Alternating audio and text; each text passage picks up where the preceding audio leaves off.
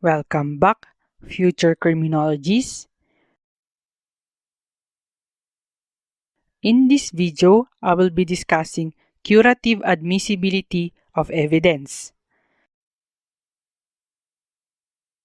Curative admissibility. Curative admissibility of evidence is also known as fighting fire with fire or opening the door. Curative admissibility of evidence allows a party to introduce otherwise inadmissible evidence to answer the opposing party's previous introduction of inadmissible evidence. This applies to a situation when improper evidence was allowed to be presented by one party, then the other party may be allowed to introduce or present similar improper evidence, but only to cure or to counter the prejudicial effect of the opponent's inadmissible evidence.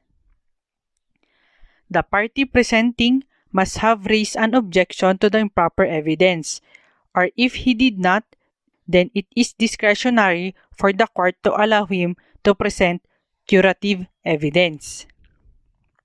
The evidence sought to be countered should not refer to those which are incompetent due to an exclusionary rule.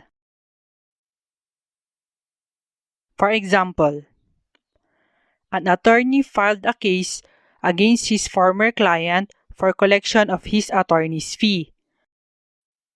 At the trial, the former client or the defendant testified that the plaintiff was a dishonest and corrupt man. Take note that under Rule 130 of the Rules of Court, character evidence as a rule is not admissible. Thus, to cure this, the court may allow the plaintiff or the attorney to respond with the testimony of 5 members of the judiciary or other person as witnesses to plaintiff's good character. Take note that in the present case, the issue involved is whether or not the former client paid the attorney's fees of the lawyer and not the character of the lawyer.